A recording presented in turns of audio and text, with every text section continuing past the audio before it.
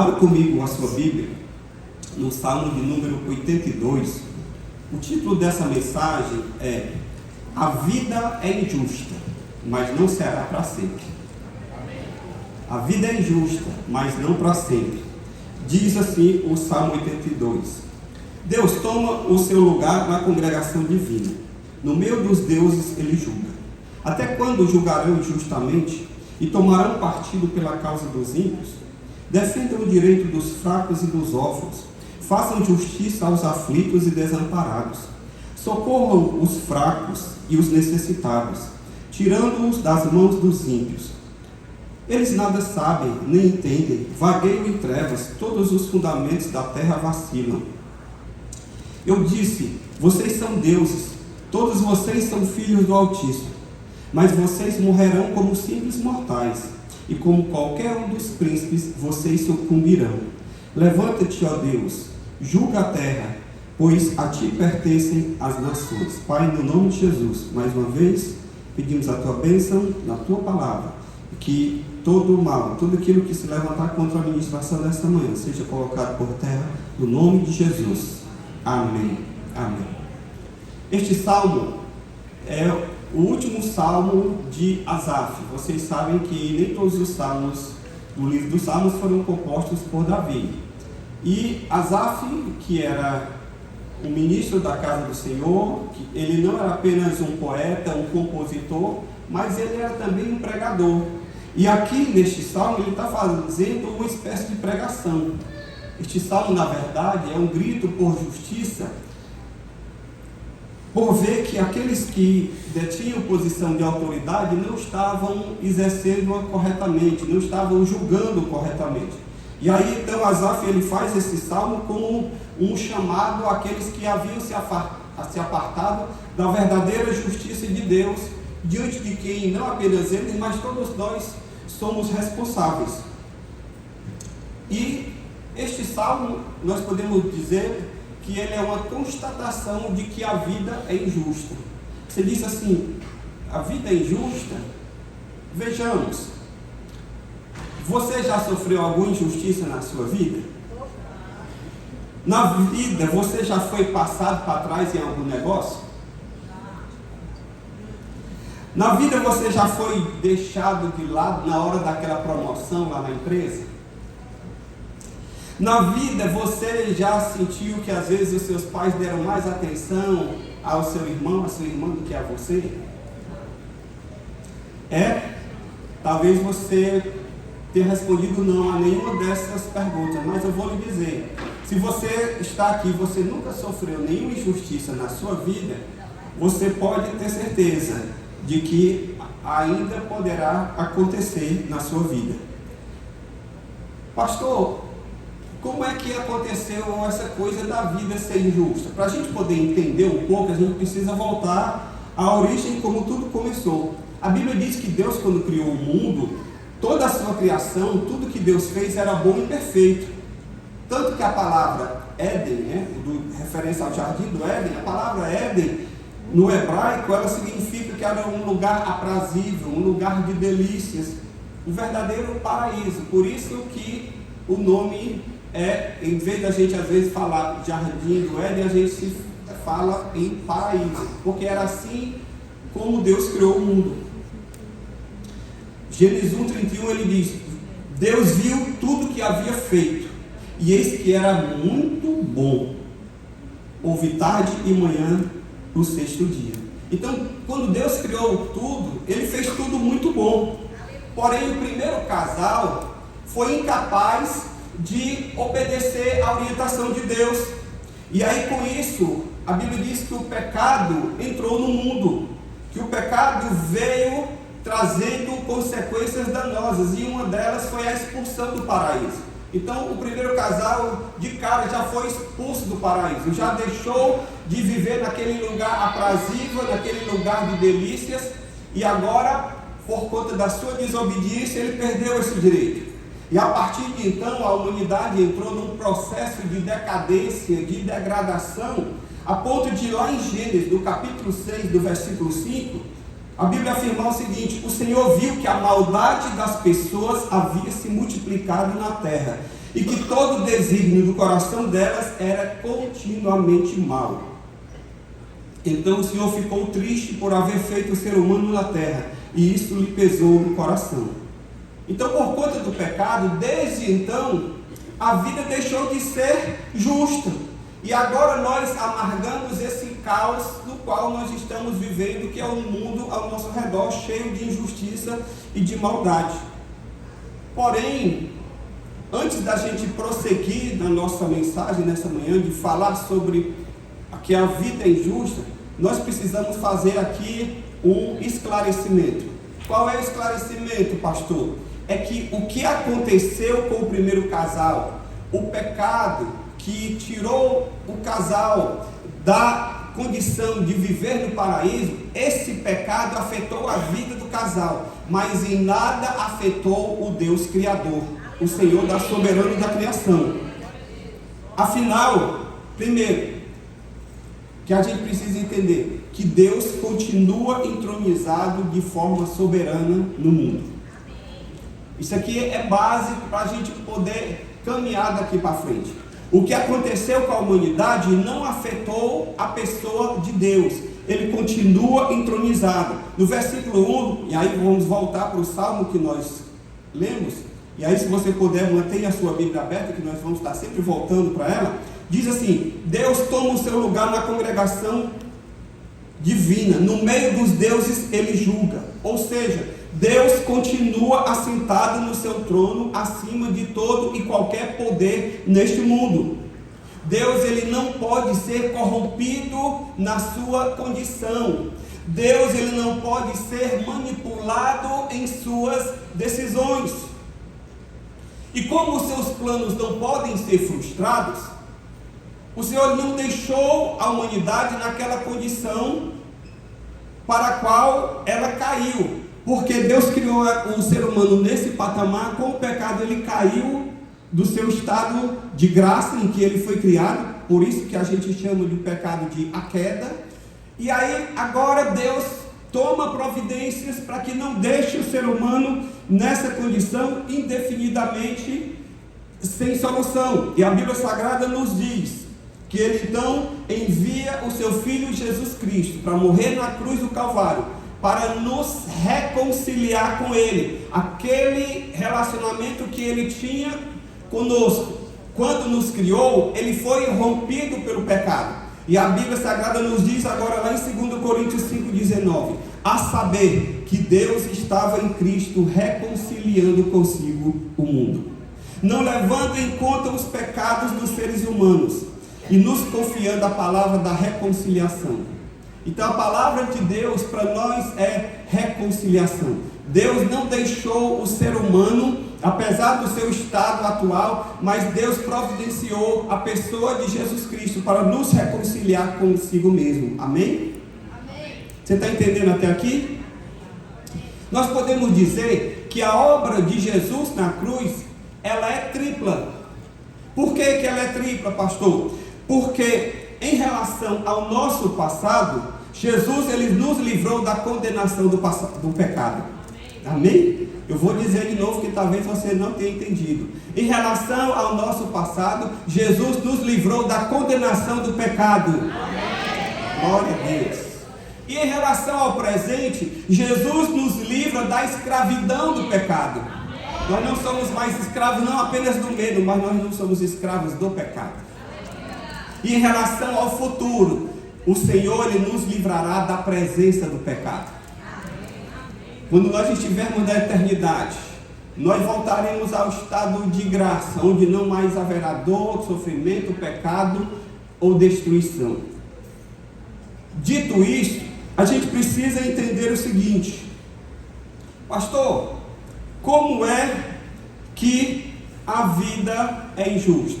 Por que o pastor está dizendo que a vida é injusta? Ora, a vida é injusta por quê? Porque a injustiça ela é praticada de forma contínua nos tribunais.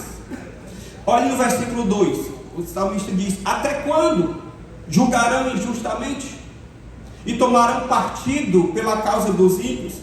Muitas vezes, querido, nos tribunais a aplicação das leis, ela visa a interesses alheios ao direito, ao invés de fazer justiça. Muitas vezes as decisões são tomadas não levando em conta a lei, o que é justo, mas ela leva em conta interesses das partes envolvidas. É ou não é assim? Ou vocês nunca viram isso? É só lá na França que acontece. Aqui no Brasil não acontece isso?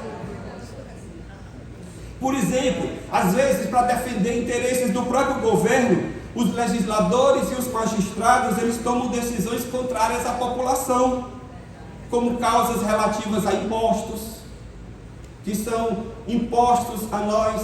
Um exemplo horroroso aqui na nossa cidade, aquela taxa do lixo, que não é imposto, mas é uma taxa, e a gente não viu melhora nenhuma na contribuição da taxa. Benefícios das aposentadorias, que muitas vezes são retirados, a pessoa contribui a vida toda e aí não consegue se aposentar dignamente. Isso é injusto. Então, muitas vezes a injustiça ela acontece lá nos tribunais. Mas a vida é injusta também, porque a injustiça ela acontece por meio de julgamentos parciais. Olha o que é que diz o versículo 3: defenda o direito dos fracos e dos órfãos, façam justiça aos aflitos e aos desamparados. Às vezes, aqueles que julgam aceitam subornos para proferirem sentenças injustas em favor de criminosos e prejudicando a outra parte. Ninguém nunca viu isso?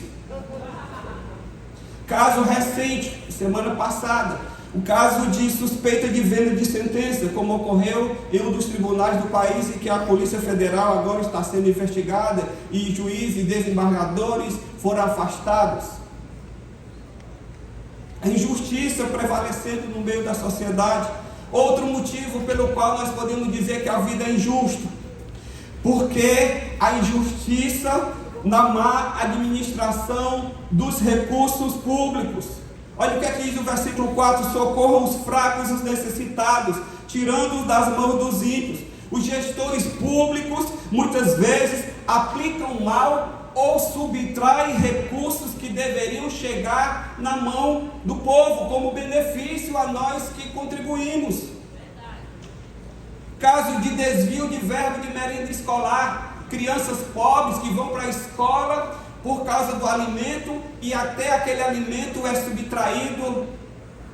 Caso de superfaturamento, no momento mais crítico da nossa vida social, no caso da pandemia, vocês viram os escândalos dos respiradores, que venderam respiradores e não entregaram por meio de empresas que nem trabalharam na área de saúde trabalhavam. E onde está esse dinheiro? Quando houve a última reforma da Previdência, eu estava faltando 3 anos para me aposentar. E aí começou a reforma, aquela coisa da reforma, e eu pensei comigo, eu disse, eu vou trabalhar minha mente no seguinte sentido: eu vou acatar, não vou achar errada a reforma da Previdência, porque isso vai garantir a aposentadoria de todo mundo, vai ser em benefício do sistema. E aí dobraram o tempo que faltava para eu me aposentar, de 3 para 6 anos. E aí eu disse, não, mas o dinheiro que vai ser economizado é para o benefício de todo o sistema. Veio a pandemia, e na pandemia, todo aquele recurso que vai ser economizado nos 10 anos da reforma, foi tudo transformado, foi dinheiro que foi mandado para as prefeituras, e esse dinheiro sumiu. E aí agora nem benefício, nem aposentadoria. A injustiça, a vida é injusta porque a injustiça, por exemplo, na criação e na aplicação das leis. No versículo 5, o texto diz: eles nada sabem, eles nada entendem, vagueiam em trevas. Às vezes os legisladores e os gestores têm um senso de justiça distorcido. Eles intencionam criar leis e normas que são verdadeiras aberrações. Sob o pretexto de defender minorias, eles submetem a sociedade a agressões dos seus princípios e valores. Quer ver um exemplo? A promoção da ideologia de gênero, em que os educadores, em nome de uma suposta educação sexual nas escolas, tentam desconstruir o conceito de macho e fêmea na mente das crianças. Que é isso? Normas injustas, fruto de mente distorcida. Quer ver outro exemplo? Da nossa lei, como ela é injusta? Como é que uma pessoa de 16 anos de idade tem maturidade para escolher o seu governante, mas ela não tem maturidade para ser imputada penalmente, ela não pode pagar pelo crime que cometeu, e ela sai tranquilo daquela situação? Matou? Não, mas ele tem 16 anos, não pode ser imputada penalmente. Isso é justo? Como é que você tem maturidade para escolher um governante e não tem maturidade para assumir pelos seus atos? Quer ver um outro exemplo? Criação das audiências de custódia, para saber se o criminoso foi bem tratado pela polícia na hora da prisão. O senhor foi pego matando, estuprando. Queria só saber, a polícia lhe tratou bem? O que é isso, gente? O que é que a gente está vivendo? Nós estamos vivendo uma vida injusta. E aí eu poderia passar o dia todo aqui citando N exemplos. Mas eu estou trazendo à tona esse assunto para que você possa entender que isso não vai ficar assim para sempre. Amém? A injustiça se manifesta também numa sociedade que caminha sem rumo. No versículo 5, o salmista diz: vagueio em trevas, todos os fundamentos da terra vacilam. Hoje nós vivemos uma generalização do mal sem precedentes na nossa história. E esse mal, ele corrompe as instituições, ele corrompe e deteriora os relacionamentos. Nós estamos vivendo uma época da história chamada pela sociologia de pós-modernidade. E na pós-modernidade não existe mais valores, verdades universais. Cada um tem a sua verdade, cada um tem os seus valores. Eu tenho a minha verdade, você tem a sua verdade. Eu gosto de citar um exemplo bem comum. Por exemplo, quem assistiu alguma vez aquele The Voice Brasil, ou Kids, ou adulto? Quando a pessoa termina de cantar, o que é aquele camarada que está lá para dar a nota e diz: você cantou com a sua verdade.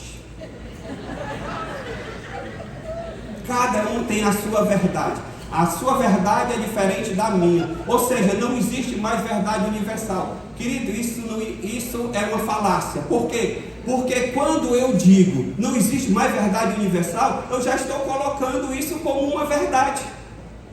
Então até isso é questionável. Entende?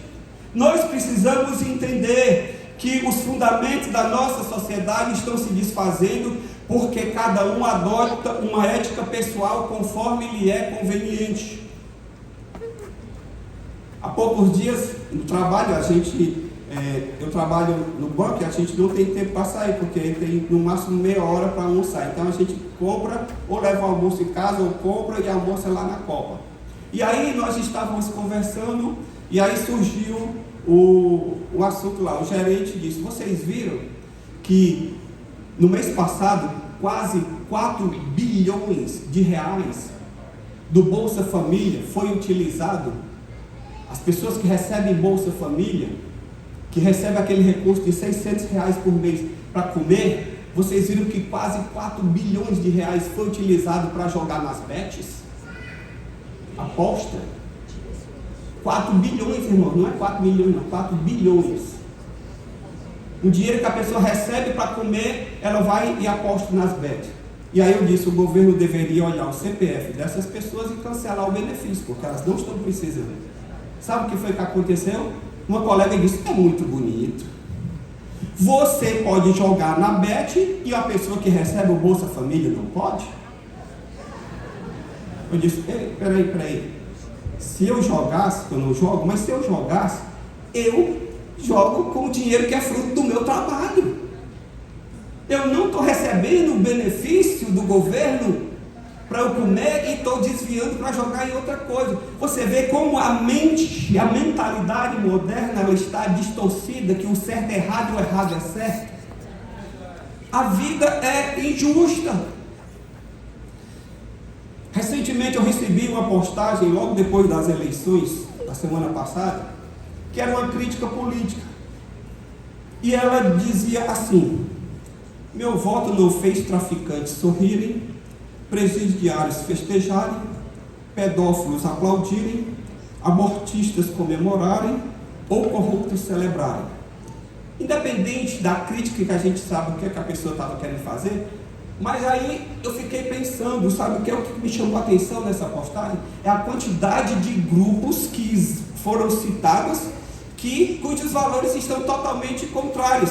Ele citou traficantes, presidiários, pedófilos, abortistas e corruptos. Esse é o retrato da sociedade que nós estamos vivendo. Por isso que a vida é injusta. Aí você diz, pastor, e tem solução? Nesse caos, existe alguma coisa que a gente possa fazer para minorar, para amenizar as consequências de todo esse mal, de todo esse caos social que a gente está vivendo? Existe. Diga glória a Deus por isso. Glória a Deus. Aleluia. O que é que então, pastor, é necessário? Primeiro, nós precisamos compreender a nossa origem e a nossa identidade. No versículo 6 ele diz o seguinte: eu disse, vocês são deuses, todos vocês são filhos do Altíssimo. Este versículo ele chama a atenção para duas verdades importantes que a gente precisa entender. Primeiro, que nós temos uma origem divina, porque nós fomos criados por Deus. Por mais que o pecado faça parte da nossa realidade, como quando nós entendemos que nós não somos fruto do acaso, mas que nós somos criados por um Deus justo, nós temos um dever moral de praticar a justiça. Por quê? Porque nós precisamos ser coerentes com o nosso Criador. Aleluia. Então qual é a solução, pastor? Você não vai resolver os problemas do mundo todo, mas você como pessoa, individualmente, cada um, tendo o entendimento de que você foi criado por Deus, que Deus é um Deus santo, que Deus é um Deus justo, você não vai se render ao que diz a maioria. Você vai adotar uma postura coerente com a santidade e com a justiça de Deus.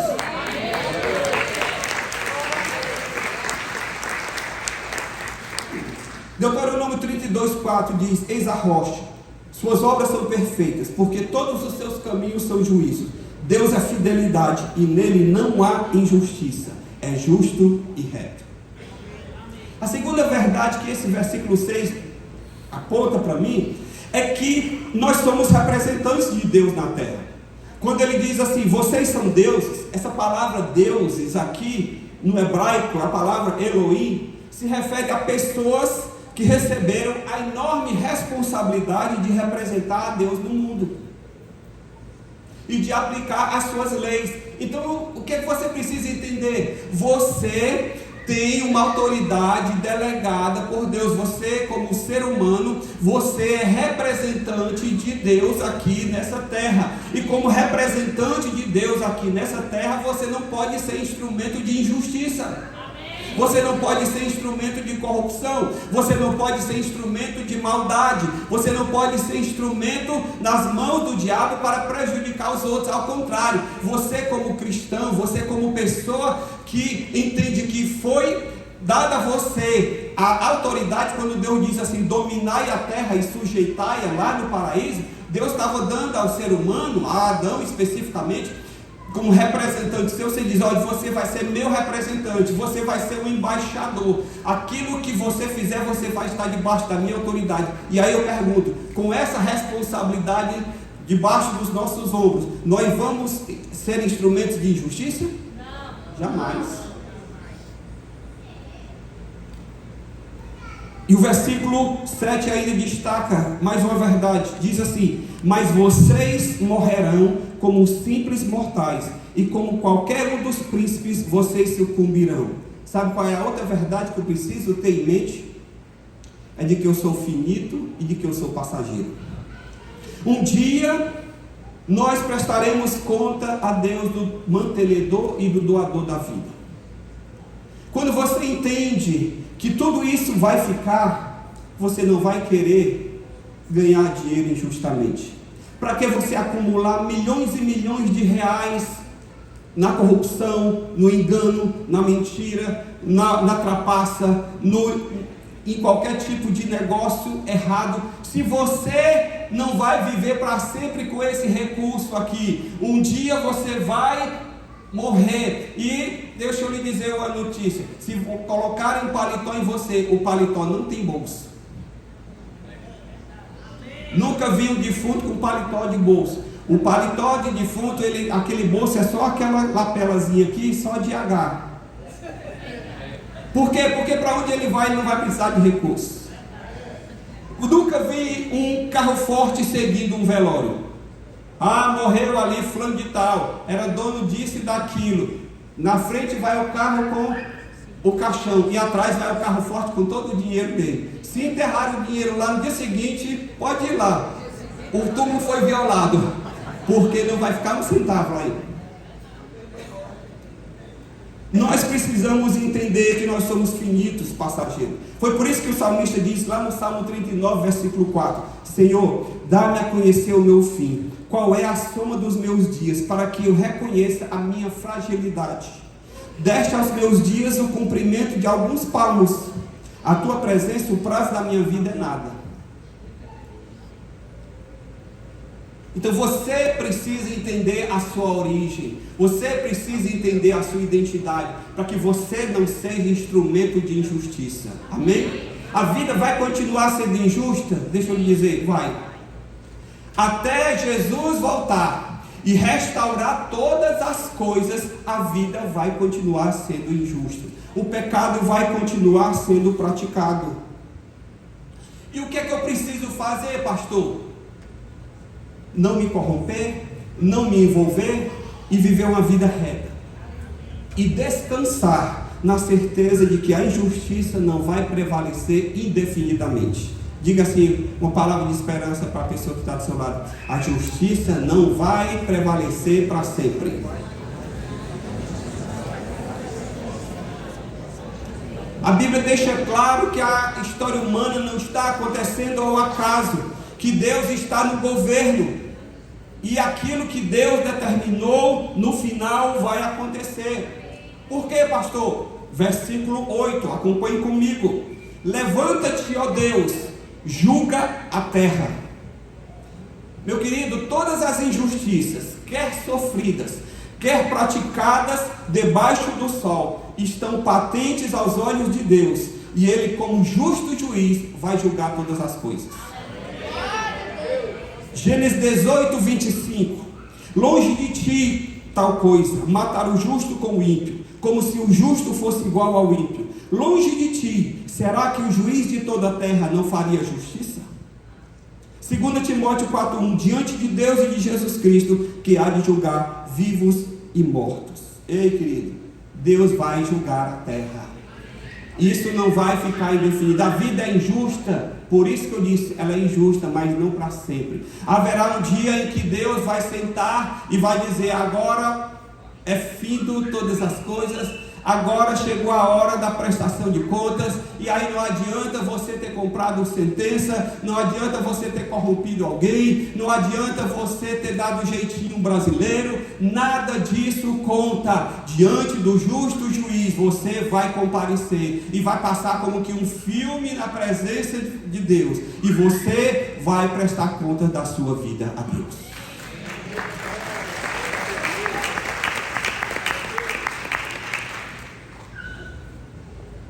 Segunda certeza que eu preciso ter de que as coisas não vão ficar assim indefinidamente. Primeiro é que Deus vai julgar a terra. E segundo, é que Deus é o Senhor da história. No versículo 8, na segunda parte, ele diz: pois a ti pertencem as nações. Ei, deixa eu lhe dizer uma notícia aqui. A vida vai continuar sendo injusta até o final. Os injustos, eles vão se aprofundar nas suas injustiças, enquanto os justos andarão ainda mais na luz. Amém? Amém. Pastor, onde é que tem isso? Apocalipse, capítulo 22, versículo 10. Olha aí para você não se assustar com as coisas acontecendo no mundo. Disse-me ainda: não cele as palavras dessa profecia deste livro, porque o tempo está próximo. Continue o injusto a fazer a injustiça, e continue o imundo a ser imundo. O justo continue na prática da justiça, e o santo continue a santificar-se. Em outra palavra, cada um vai se aprofundar no caminho que já está. Se você está na prática da injustiça, e se você não quiser andar na luz, você vai descer ladeira abaixo. E você mesmo vai se surpreender com a maldade do seu coração e com aquilo que você é capaz de fazer. Agora, a boa notícia também é: você que anda na luz, você que anda na retidão, você vai se santificar cada dia mais.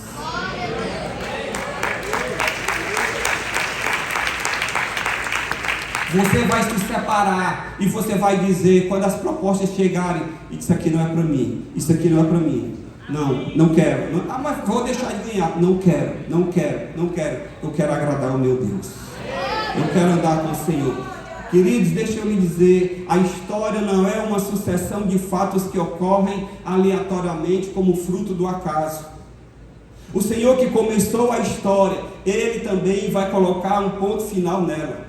Quando chegar o momento exato, todas as nações comparecerão perante o juízo. E nós teremos dois destinos para as nações. O primeiro destino é aqueles que quiseram viver no pecado e na prática da injustiça. Apocalipse 21:8 diz: quanto porém aos covardes, aos incrédulos, aos abomináveis, aos assassinos, aos imorais, aos feiticeiros, aos idólatras e a todos os mentirosos, a parte que lhes cabe será no lago de fogo, no lago que está queimando com fogo, enxofre, a saber, a segunda morte. Mas aqueles que amaram o Senhor e se santificaram, vivendo na justiça, Apocalipse 21:3 diz: então ouvi uma voz forte que vinha do trono e dizia: eis o tabernáculo de Deus com os seres humanos, Deus habitará com eles, eles serão povos de Deus, e Deus mesmo estará com eles, e será o Deus deles, e lhes enxugará dos olhos toda lágrima, e já não existirá mais morte, já não existirá mais luto, nem pranto, nem dor, porque as primeiras coisas já passaram. Versículo 6, disse-me ainda: tudo está feito, eu sou o alfa e o ômega, o princípio e o fim. Eu, a quem tem sede, darei de graça da fonte da água da vida. Versículo 7, o vencedor herdará todas essas coisas, eu serei o Deus dele e ele será meu filho.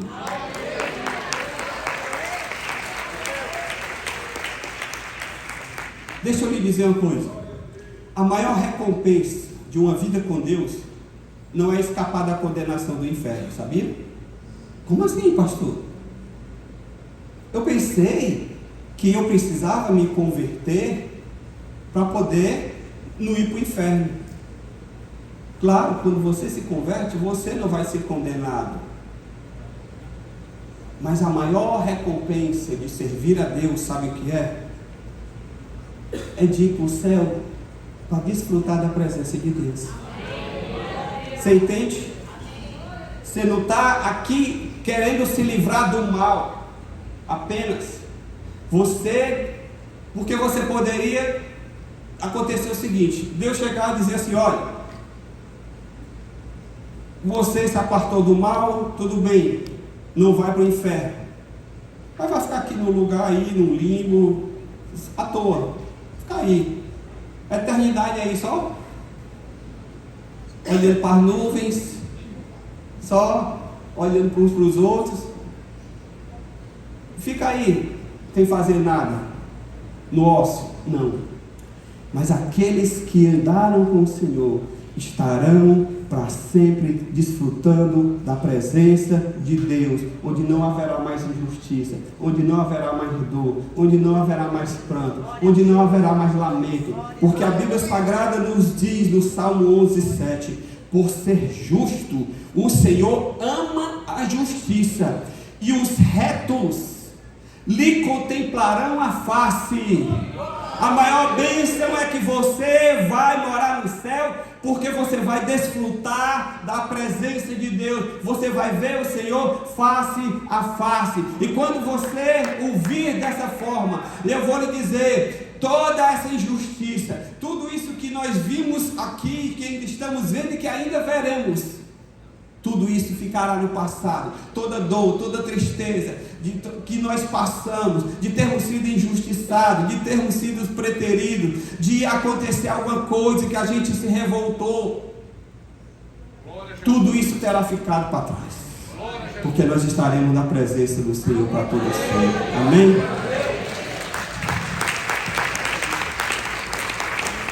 A vida é injusta? Mas ela não vai ser assim para sempre. Vamos ficar de pé na presença do Senhor. Nesta manhã eu queria saber quantos aqui estão e têm essa esperança, têm essa convicção, têm essa certeza da vida eterna, de que você vai estar para sempre na presença do Senhor. Se você tem essa convicção, eu quero lhe dizer que você é bem-aventurado. Agora, se você está aqui e se você não tem essa convicção ainda no seu coração, deixa eu lhe dar um alerta: não saia daqui sem render-se aos pés do Senhor. Não saia daqui sem querer andar nos caminhos do Senhor. Não saia daqui sem tomar uma decisão séria no seu coração de dizer: Deus, em meio a esse mundo de caos e de injustiça, eu quero andar contigo.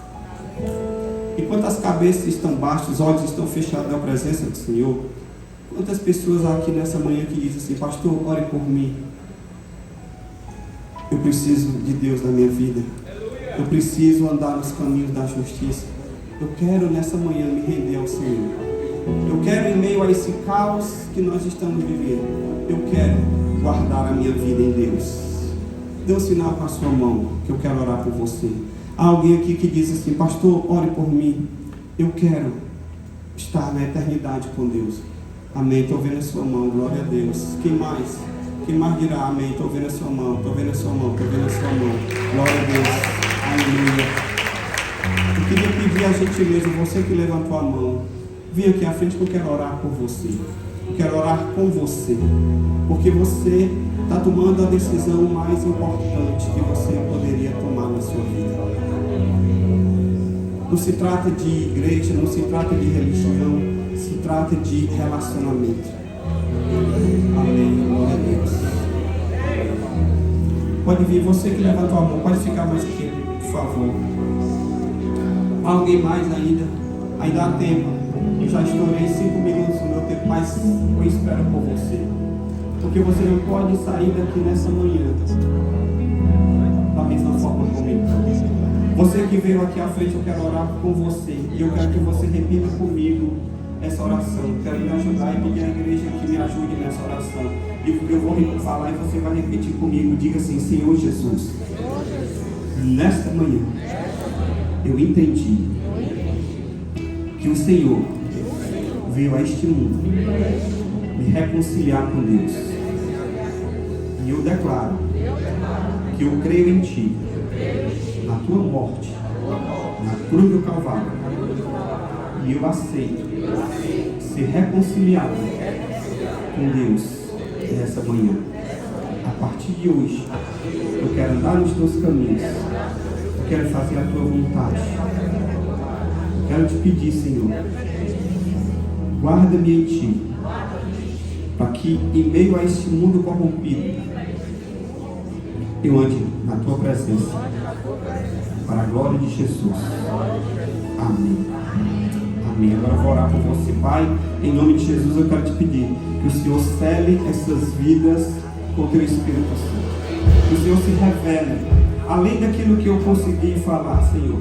Aquilo que eu não consegui deixar claro, que o Teu Espírito Santo aplique Tua palavra em seus corações nessa manhã, de maneira tal, Senhor, que eles possam, Senhor, Te conhecer como o único Deus vivo e verdadeiro, e a Jesus Cristo a quem Tu enviaste, porque a Tua palavra diz que isso é que é a vida eterna.